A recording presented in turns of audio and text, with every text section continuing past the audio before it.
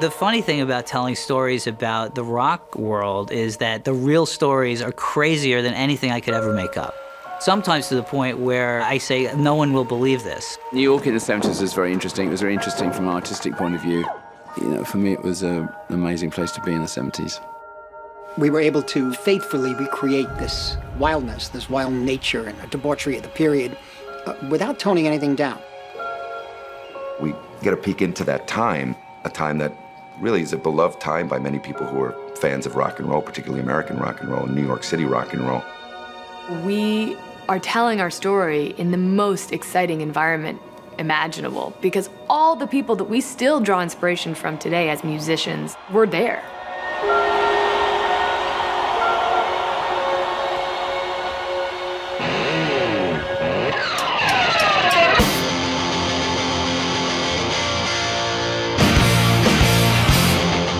This project began almost 20 years ago when Mick Jagger first approached me about doing a feature film set in the world of rock and roll, about the rock and roll business.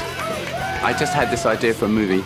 I went to see Marty, who I knew already, and we just talked about it and started to develop it. We tried for a number of years to pull it together as a feature, and eventually Terry Winter got involved, and he suggested that we make it into a TV series because it's so rich. And the great thing for me about writing a television series is you get to dig so deep into characters. I want you to know what love is.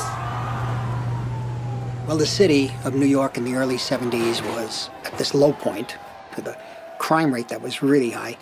As is often the case, however, tumultuous times and circumstances can prove to be fertile ground for producing great artists. There was also something authentic about what New York was. There was an exciting struggle that we were all going through, and it's really dangerous.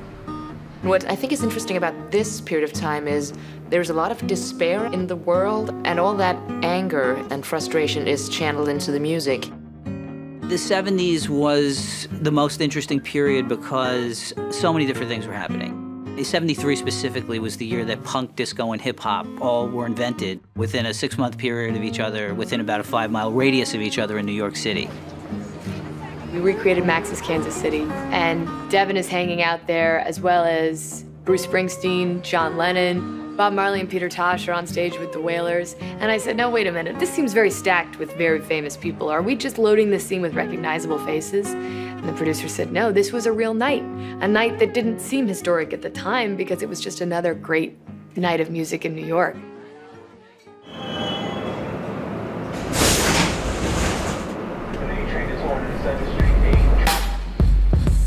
Working in the 70s is really interesting because everything is so rich and full of color and reality. Nothing is really perfect. You know, in the 70s, everything was just kind of flowing. The graffiti aspect of it is interesting. When you think about graffiti in New York, a lot of people flash back to what you saw on, like, subway cars, these elaborate graffiti murals by these guys who put hours and hours into it.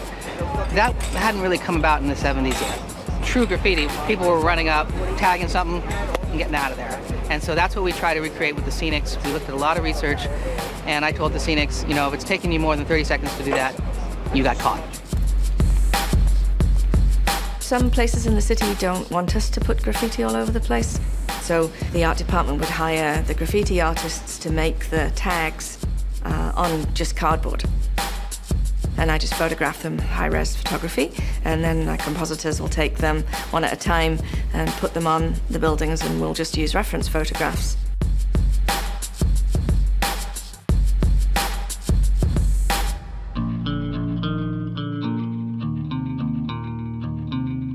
It's a period when people were really feeling free to explore themselves in their clothing, in the way they looked. People were interested in reinventing themselves. And sometimes we will be in the shop just staring at this clothing and going, what drugs were they on when they created this? This was first time, I think, probably in American culture where people got interested in vintage clothing. So suddenly you've got, you know, young people in the village running around in 1930s clothing and 20s and 50s and mixing it all up in, you know, with the contemporary clothing. And that's what's really fun about this period. The 70s is so fun because it has so many different types of looks.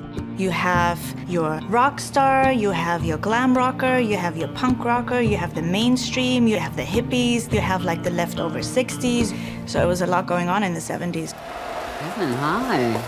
Andy. You look so pretty tonight. Call me pretty again and I'll bite your nose off. Does she scare you? Terrifies me. John Dunn and I seem to be able to have an uncanny ability to match the walls to the clothing of the actors. Okay. I'm gonna film you now. Andy Warhol's Silver Factories. That was a lot of fun. We used a building in Brooklyn, a warehouse in Brooklyn. He covered the entire place in aluminum foil and silver paint, and we did the same.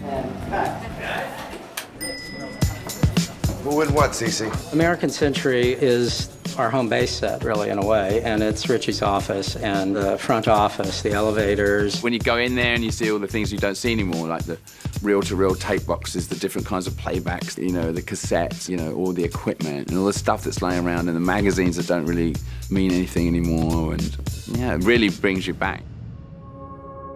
It's funny to think of this as an historical piece because, to me, particularly when I was on the set, I'd look around, everybody was dressed in 1973 styles, and suddenly felt very comfortable because I'd been there.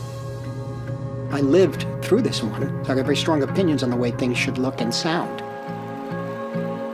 Think back to the first time you heard a song that made the hairs on the back of your neck stand up.